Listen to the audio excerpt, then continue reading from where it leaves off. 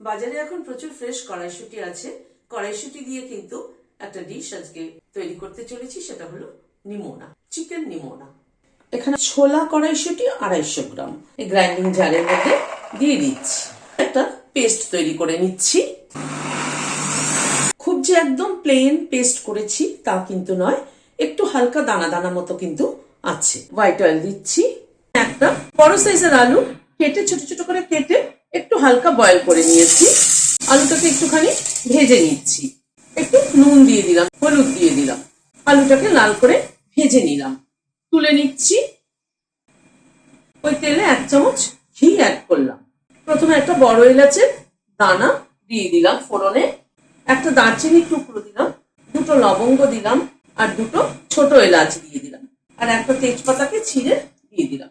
গ্যাসের ফ্লেমটাকে কমিয়ে ফোড়নটাকে ক্র্যাক করিয়ে নিচ্ছি। এখানে 2টো পেঁয়াজ কুচিয়ে নিয়েছি, সেটা দিয়ে দিলাম। পেঁয়াজটাকে মিনিট খানেক একটু নাড়াচাড়া করে নিলাম। 1 চামচ রসুন বাটা দিয়ে দিলাম। রসুনটাকে দিয়ে একটু ভেজে নিচ্ছি পেঁয়াজের সাথে।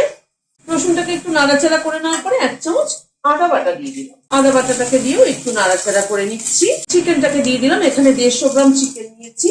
চিকেনটাকে ছোট ছোট পিস করে কেটে নিয়েছি। বোনলেস চিকেন এটা। চিকেনটাকে দিয়ে এবার মশলার সাথে একটু চিকেনটাকে কষিয়ে নেব। হলুদ দিলাম, কাশ্মীরি রেড চিলি পাউডার দিলাম 1/2 চামচ, ধনের গুঁড়ো দিলাম উঁচু উঁচু 1 চামচ, নুন দিলাম, 3টে কাঁচা লঙ্কা কুচি করে নিয়েছি সেটা দিয়ে দিলাম। সবকিছুকে একসাথে একটু কষিয়ে নিচ্ছি। এবার একটু চিকেনটাকে ঢেকে দিচ্ছি। মিনিট 5 মতো ঢাকা ছিল। একটু নেড়ে দিচ্ছি চিকেনটা। এখানে টমেটো কুচি করে নিয়েছি, 2টো দিয়ে দিলাম। টমেটোটাকে দিয়ে এই মিনিট 2 মতো একটুখানি নাড়াচাড়া করে নিলাম। টমেটোটা কিন্তু সফট হয়ে গেছে। এবার কড়াইশুঁটির পেস্টটা দিয়ে দিচ্ছি। কড়াইশুঁটিটাকে কিন্তু খুব ভালো করে কষাতে হবে। কাঁচা গন্ধটা থেকে গেলে কিন্তু খেতে কিন্তু ভালো লাগবে না। 8-10 মিনিট সময় ধরে কিন্তু গ্যাসের ফ্লেমটাকে মিডিয়ামে রেখে কড়াইশুঁটির পেস্টটাকে কষিয়ে নিলাম। এবার আলুটাকে দিয়ে দিলাম, একটু নাড়াচাড়া করে নিচ্ছি। কড়াইশুঁটিটা কিন্তু সুন্দর কষানো হয়ে গেছে। এবার একটু গরম জল অ্যাড করে দিচ্ছি, জাস্ট একটু মাখো মাখো হওয়ার জন্য। 2-1 মিনিট একটু ফুটে উঠুক। এই 1-2 মিনিট মতো একটু ফুটলো। সামান্য পরিমাণে একটু চিনি দিয়ে দিচ্ছি। কসুরি মেথি রোস্ট করে নিয়েছি, রোস্ট করে একটু গুঁড়ো করে দিয়ে দিচ্ছি।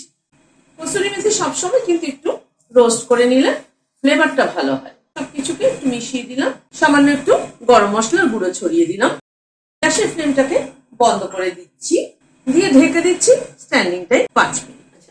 ভিডিওটা যদি ভালো লেগে থাকে তাহলে একটা লাইক এবং সাবস্ক্রাইব করার অনুরোধ রইল। আজ তাহলে এখানে শেষ করছি। নমস্কার।